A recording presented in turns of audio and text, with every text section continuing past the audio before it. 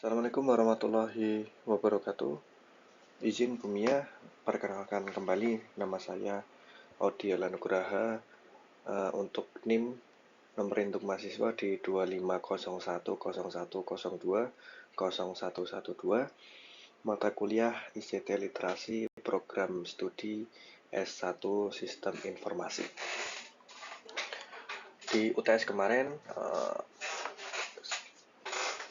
kegiatan yang saya ambil untuk melaksanakan UTS itu saya mengambil kegiatan pelatihan ICT literasi dengan subjudul pelatihan literasi digital dasar untuk komunitas ibu pengajian di Masjid At-Taqwa. Jadi di UTS kemarin saya sudah mencoba menjelaskan progres sampai dengan 50% dan sekarang di UAS kali ini saya mencoba menjelaskan progres yang tersisa dari 56 sampai 100%.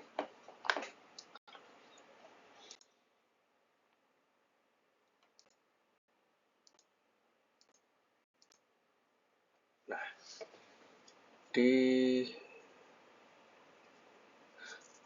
progres yang tersisa ini saya mencoba untuk membagi dua fase, yaitu di fase 3 sampai dengan fase keempat. Jadi fase ketiga ini progresnya 50 sampai 75%, kemudian di fase keempat 76% sampai 100%. Nah, di fase 3 ini apa sih yang ingin dicapai? Apa sih yang menjadi indikator bahwa kegiatan pelatihan ICT literasi ini, terutama di pelatihan literasi digital dasar untuk komunitas ini, bisa mencapai 75%. Kita coba jadikan indikator ini ada 4, yaitu yang pertama visualisasi dan simplifikasi materi. Jadi materi yang akan kita siapkan itu bentuknya nanti akan presentasi dengan isi dengan rincian isinya. Nanti kita mencoba untuk mengubah konsep abstrak bahasa-bahasa yang tidak familiar seperti phishing, enkripsi, dan dekripsi, dan lain sebagainya, itu menjadi bentuk visual yang lebih mudah dipahami oleh kalangan ibu-ibu. Kemudian yang kedua ada retensi materi atau daya ingat. Jadi kita juga akan menyediakan alat bantu fisik, alat bantu cetak yang bisa nanti audiens bawa pulang, sehingga peserta atau audiens masih bisa murojaah atau bisa mengulang kembali pembelajaran yang telah disampaikan pemateri jika mereka sampai di rumah. Jadi bisa mengulang kembali sehingga materi yang dijelaskan bisa sepenuhnya masuk ke pribadi masing-masing audiens. Nah, dalam hal ini kita akan mencoba menyediakan alat bantu seperti leaflet, brosur, ataupun buku-buku kecil yang mudah dibawa dan bisa dibaca kapan saja. Ini yang ketiga, ada kenyamanan interaksi. Jadi nanti pada saat penyampaian materi, kita juga akan mencoba untuk menyelipkan 1 atau 2 tes di antara materi-materi yang disampaikan, sehingga pemateri dan audiens bisa melakukan dialog dua arah. Jadi tes-tes tersebut akan dilontarkan secara langsung oleh pemateri yang akan dijawab langsung oleh audiens. Jadi ada interaksi dua arah sehingga memudahkan audiens untuk menerima materi yang disampaikan. Kemudian yang terakhir ada kesiapan teknis. Jadi teknis selama kegiatan pelatihan besok juga akan kita pastikan 0 hambatan. Karena banyak sekali persiapan-persiapan yang kita lewati sehingga bisa menyebabkan ketika proses berlangsung itu ada 1-2 kendala yang menyebabkan konsentrasi audiens itu menjadi tidak maksimal. Misalnya nih, dalam contoh speaker yang bermasalah karena sebelumnya tidak dicek, atau mikrofon yang sebelumnya tidak dicek baterainya atau kelengkapannya, sehingga di perjalanan kegiatan, pelatihan, tiba-tiba mati, dan lain sebagainya, atau proyektor yang buram sehingga bisa membuyarkan konsentrasi audiens yang mengakibatkan tidak maksimalnya kegiatan pelatihan ini. Kemudian yang pertama, jadi kita mencoba untuk memproduksi media presentasi atau slide PPT. Tujuannya apa? Yang pasti untuk memastikan materi ini terbaca jelas oleh peserta yang mungkin memiliki keterbatasan penglihatan. Rekan-rekan, saat ini banyak sekali masyarakat-masyarakat yang mengalami hipermetropi atau ketidakjelasan pandangan ketika dia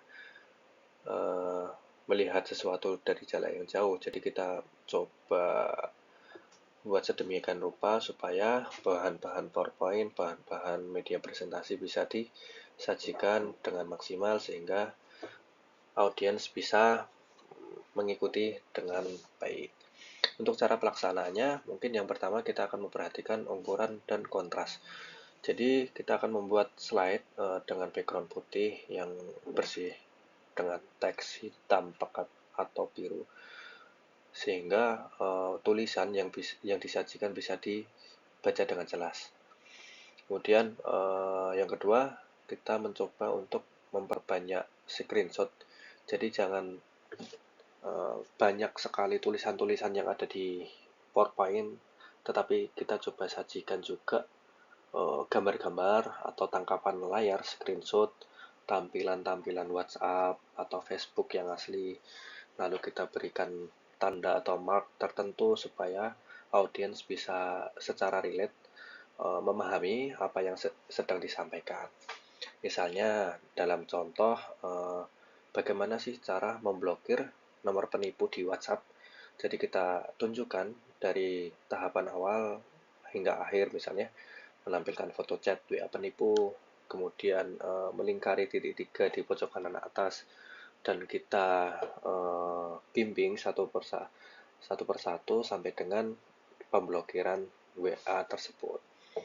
Dan yang terakhir, kita coba menggunakan bahasa analogi yang tepat dan tidak mudah menjadi mudah untuk dipahami. Misalnya, jika kita menggunakan kata-kata yang sulit dipahami, misalnya seperti two factor authenticator, itu kan masih banyak audiens yang masih belum mengerti apa sih ini, karena kan banyak kan bahasa Inggris dan sulit untuk dipahami karena tidak familiar. Jadi mungkin kita akan ganti dengan tulisan yang mudah dipahami seperti pengamanan kunci ganda dan lain sebagainya. Nanti coba kita akan sajikan itu sehingga PowerPoint yang disajikan bisa maksimal diserap oleh audiens. Kemudian yang kedua, produksi alat bantu fisik atau modul cetak. Tujuannya apa? Memberikan panduan pegangan karena ibu-ibu sering sekali lupa langkah-langkah teknis jika hanya mendengarkan materi. Cara pelaksanaannya kita akan coba desain sedemikian rupa leaflet atau brosur atau buku mini book seukuran A4 yang bisa dilipat atau yang mudah digenggam. Jadi kertas ini akan dibawa pulang oleh audiens sehingga audiens bisa mengulang kembali materi yang telah disampaikan jika sampai rumah. Jadi lebih mudah dipahami apabila mereka bisa membawa pulang materi tersebut dan bisa dibuka kapan saja. Jadi isi materi ini langsung to the point ya. Mulai dari halaman 1, judul bermedia sosial, kemudian yang kedua langkah-langkah dalam mengamankan suatu akun, misalnya di sini adalah WhatsApp.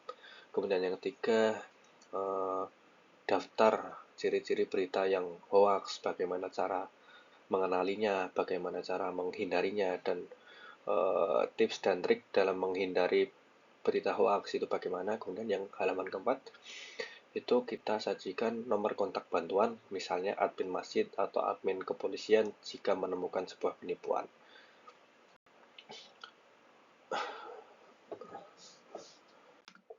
Kemudian yang ketiga,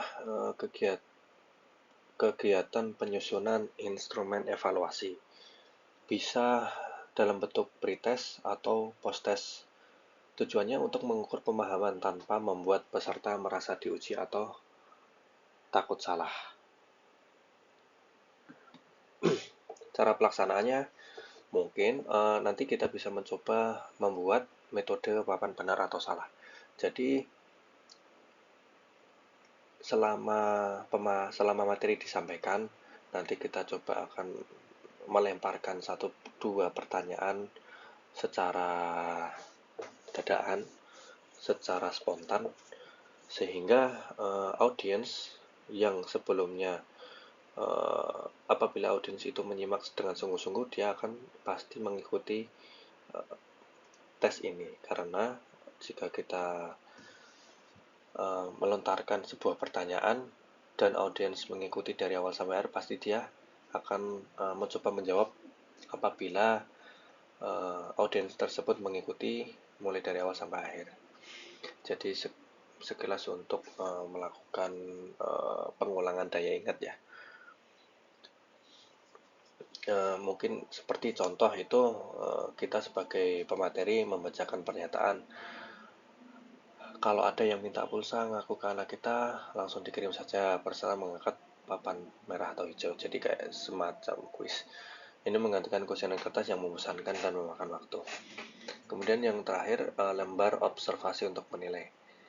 Jadi kita sebagai pemateri juga menyiapkan lembar observasi untuk diri kami sendiri dan untuk tim pendamping yang isinya yang akan disebarkan ke audiens, yang isinya nama peserta dan isiannya bisa membuka setting WhatsApp atau bisa blocking WhatsApp dan nilai akhir. Jadi nanti kita bisa mengetahui secara jelas, secara cepat bagaimana kondisi dari audiens saat ini. Kemudian yang terakhir, pengecekan lokasi dan infrastruktur. Site survey tujuannya apa? Untuk memastikan kenyamanan audio visual. Ada cara pelaksanaannya. Yang pertama, kita mengecek sound system. Kita datang ke tempat, ke site, ke masjid At-Taqwa saat kosong. Kemudian kita mengecek mikrofon, pastikan tidak ada suara feedback yang menyakitkan telinga. Kita memastikan baterai yang ada jika mikrofon tersebut wireless, karena semua itu bisa mengganggu kenyamanan, bisa mengganggu konsentrasi para audiens apabila semua itu tidak dipastikan dengan baik. Kemudian yang kedua, ada cek pencahayaan. Kita coba akan menyalakan proyektor di jam yang sama dengan rencana acara, misalnya di jam 2 siang. Apakah sinar mataharinya menutupi layar? Jika iya, maka kita akan mencoba cari posisi yang lebih gelap supaya materi yang disampaikan bisa lebih jelas. Kemudian yang ketiga, ada koneksi internet. Kita akan mencoba melakukan speed test di lokasi duduk peserta. Jika sinyal operator lemah di dalam gedung, kita akan mencoba menyiapkan modem WiFi portable agar saat praktik ibu-ibu bisa terkoneksi dengan lancar. Indikator apabila di fase 3 ini telah terlaksana dengan baik, yaitu yang pertama, file presentasi atau PowerPoint yang sudah ramah lansia. Jadi kita mencoba untuk menyajikan PowerPoint yang ramah lansia, hurufnya besar, banyak gambar, tidak terlalu banyak materi yang disampaikan tapi langsung to the point dan disampaikan dengan hal yang interaktif. Kemudian yang kedua, fisik brosur leaflet panduan yang sudah dicetak rapi, yang sudah dipersiapkan sesuai dengan jumlah audiens yang hadir besok. Kemudian yang ketiga, set alat peraga evaluasi seperti papan benar atau salah, papan merah atau hijau, atau kertas kuis telah dipersiapkan dengan baik. Kemudian yang terakhir, checklist atau notes yang berupa hasil dari pengecekan lokasi. Jadi kita bisa mengecek secara langsung dan itu disajikan laporan bahwa kita telah mengecek lokasi dan semuanya telah berjalan dengan lancar. Dan lanjut ke progres untuk fase keempat. Jadi progres di fase keempat ini bisa dikatakan berhasil 100% apabila mencapai 4 variabel yang telah coba kami tentukan, yaitu yang pertama, validasi efektivitas produk. Jadi kita membuktikan apakah materi dan metode yang kita buat itu di fase 2 dan 3 benar-benar bisa dimengerti oleh ibu-ibu pengajian atau tidak. Jadi kita menguji kepada audiens secara langsung di sela-sela pemateri, di sela-sela materi disampaikan, kita harus mencoba interaksi dua arah untuk bisa memahami bahwa audiens itu bisa mendengarkan dengan baik atau memahami dengan baik materi yang telah disampaikan. Kemudian yang kedua, transfer kompetensi atau skill transfer. Jadi kita akan memastikan audiens peserta mengalami peningkatan skill digital dari yang tadinya tidak tahu, misalnya cara mengecek hoax, cara membuka blokir WhatsApp, cara memblokir WhatsApp, menjadi tahu dan bisa mempraktikannya. Kemudian yang ketiga, pengumpulan bukti otentik atau evidence. Jadi mendapatkan data nyata seperti foto, daftar hadil, hasil tes, testimoni sebagai syarat mutlak kelulusan mata kuliah ICT literasi. Yang terakhir, penyelesaian akademik administrasi, menyusun seluruh proses menjadi satu panel laporan akhir yang memenuhi standar akademik kampus. Yang pertama, eksekusi pelatihan 1DT. Tujuannya apa? Menyampaikan materi secara efektif tanpa membosankan. Cara pelaksananya bisa dengan menggunakan pendekatan humanis dan religius, menggunakan pemateri akan menggunakan salam dan doa untuk pembuka acara, menggunakan bahasa yang sopan dan santun, bukan bahasa yang kaku, sehingga audiens bisa merasakan ini bukan kegiatan pelatihan yang menyeramkan. Kemudian yang kedua, metode demonstrasi langsung, jadi live demo. Pemateri akan mencoba menayangkan secara langsung HP ke proyektor sehingga bisa menunjukkan langkah demi langkah secara real time. Bagaimana cara membuka WhatsApp, bagaimana masuk ke setting WhatsApp. Jadi audiens bisa merasakan secara langsung live demo yang ada. Dan pemateri juga tidak akan terburu-buru atau pindah ke slide berikutnya sebelum mayoritas audiens mengangguk paham. Kemudian yang terakhir bisa menggunakan pendampingan personal atau fasilitator.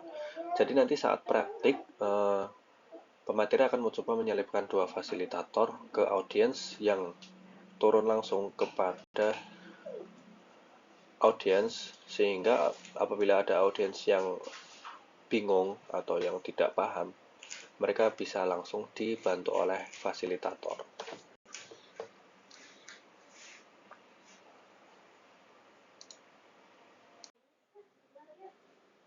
Selanjutnya merupakan pelaksanaan evaluasi kompetensi assessment. Tujuannya apa? Untuk mengambil data before dan after untuk laporan kuliah. Cara pelaksanaannya, kita akan mencoba melakukan pretest atau cek ombak. Jadi saat pemateri menyampaikan materi, itu di sela-selanya nanti akan mencoba untuk mengasih pertanyaan-pertanyaan ringan untuk mengetahui sampai mana audiens memahami suatu materi yang disampaikan. Misalnya nih, dengan cara ibu-ibu coba angkat tangan apa yang ibu-ibu ketahui tentang hoax. Dari situ kan kita akan mencoba mengetahui sebelum diadakannya materi ini disampaikan, kita bisa mengetahui dari data yang ada berapa jumlah audiens yang mengetahui tentang apa itu hoax, dan nanti akan kita sandingkan dengan pasca pelaksanaan. Post-test ini bisa juga berbasis praktik. Jadi misalnya nih, di saat awal-awal materi disampaikan, pemateri mencoba melemparkan sebuah pertanyaan, misalnya dengan cara, sekarang siapa yang berani maju ke depan dan tunjukkan kepada saya cara memblokir nomor penipu di HP saya. Dan nanti jangan lupa setelah ada seseorang yang atau audiens yang tampil ke depan, mereka patut untuk diberikan hadiah atau door prize berupa minyak goreng atau sabun misalnya. Ini akan mencoba menambah motivasi peserta untuk meningkatkan aktivitas uh, kegiatan ini. Kemudian bisa juga dilakukan dengan pengisian lembar observasi. Jadi pemateri akan mencatat di kertas pemateri, misalnya audiens yang memberikan feedback, apakah audiens tersebut merasa kesulitan terhadap materi yang disampaikan. Nanti pemateri akan mencoba mencatat tentang audiens tersebut dan bagaimana tindak lanjutnya kemudian. Selanjutnya, dokumentasi dan pengumpulan umpan balik atau feedback. Tujuannya apa? Untuk mengumpulkan bukti fisik portofolio tugas. Cara pelaksanaannya, di kegiatan ini pasti ada tim dokumentator yang berusaha mengumpulkan dokumentasi berupa foto dan video pelaksanaan kegiatan tersebut. Jadi saat materi disampaikan, saat praktek memegang HP dilakukan, dan saat foto bersama seluruh peserta, memegang brosur atau leaflet buatan kami semua, itu ada dokumentasinya. Ataupun bisa juga video pendek merekam momen-momen interaksi antara pemateri dan audiens. Kemudian di akhir acara ada juga bisa juga disertakan pembuatan video testimoni. Misalnya mewawancarai satu atau dua peserta berupa ketua pengajian tersebut atau salah satu peserta audiens yang mengikuti secara langsung kegiatan pelatihan ini dari awal sampai akhir. Misalnya nih pertanyaannya, bagaimana Bu cara sekarang jadi lebih paham cara memakai WA yang aman? Nah, nanti kita sesuaikan jawaban mereka dan bisa kita kumpulkan data dari jawaban mereka berupa bukti kualitatif terkuat bahwa produk kita berhasil. Kemudian yang terakhir, penyusunan laporan akhir atau reporting. Tujuannya apa? Untuk membungkus semua proses yang telah kita lakukan bersama menjadi nilai akademik. Cara pelaksanaannya, yang pertama, sistematika laporan, biasanya standar kampus. Yang kedua, bab 1 pendahuluan. Kami akan mencoba menjelaskan mengapa kami memilih target ibu-ibu masjid, urgensinya apa, apakah urgensinya masalah hoax dan penipuan itu saking maraknya, dan kita perlu untuk melakukan sosialisasi ini kepada ibu-ibu tersebut. Kemudian bab kedua, metode pelaksanaan.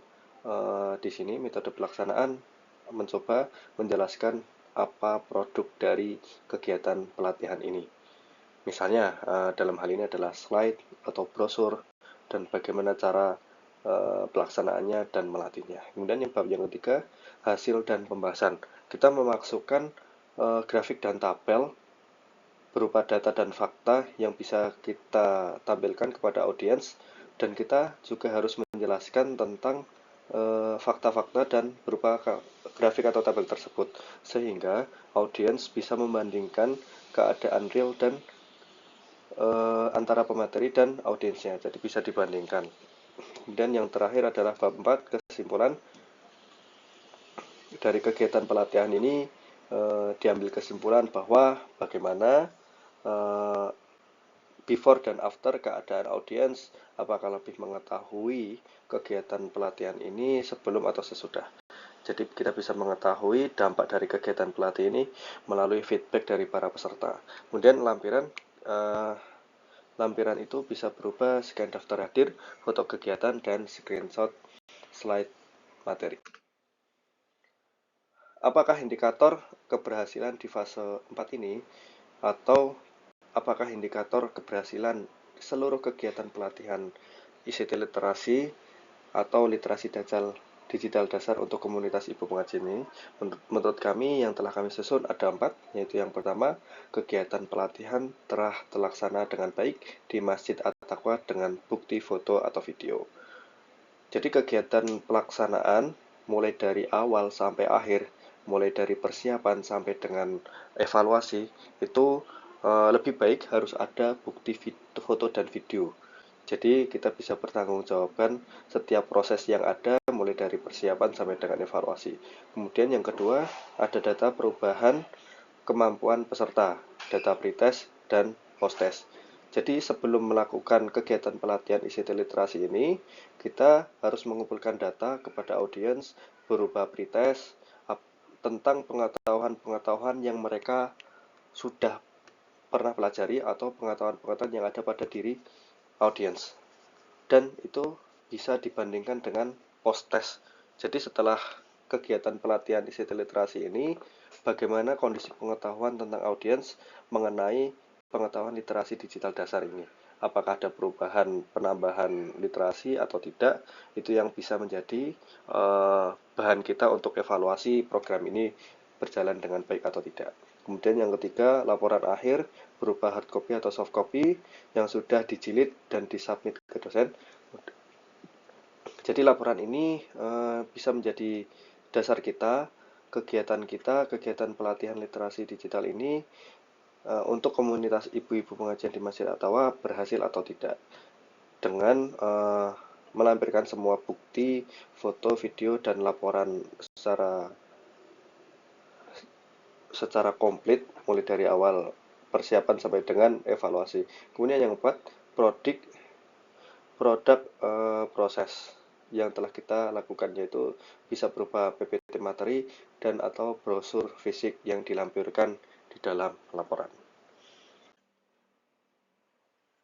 Demikian untuk progres pelaksanaan kegiatan pelatihan ICT literasi untuk memenuhi ujian akhir semester pada semester ganjil ini. Mohon koreksinya Ibu, dan terima kasih. Wassalamualaikum warahmatullahi wabarakatuh.